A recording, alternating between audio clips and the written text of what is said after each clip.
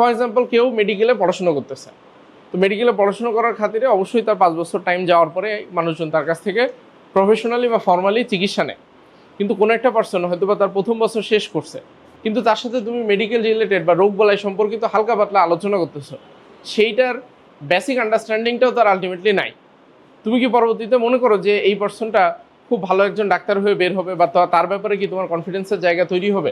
Most likely তুমি তো ভয়ে তুমি চিন্তা করবে যে 4 বছর পরে যদি 5 বছর পরে এই লোক পাসও করে, আমি তার কাছে রোগী মানে আমার রোগ বালাইয়ের জন্য যাবো কিনা এটা নিয়ে আমার কয়েকবার চিন্তা ভাবনা করতে হবে।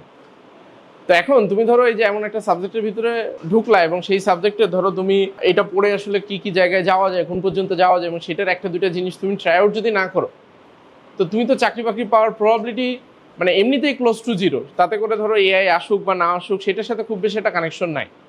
মানে এআই তো ধরো খুবই অ্যাডভান্স লেভেলের জিনিস।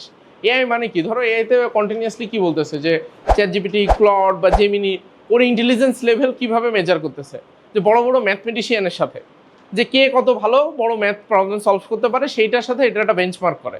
তোমরা ক্ষেত্র বিশেষে হয়তো বা দেখছো যে এটা ডিফারেন্ট বেঞ্চমার্কিং করে।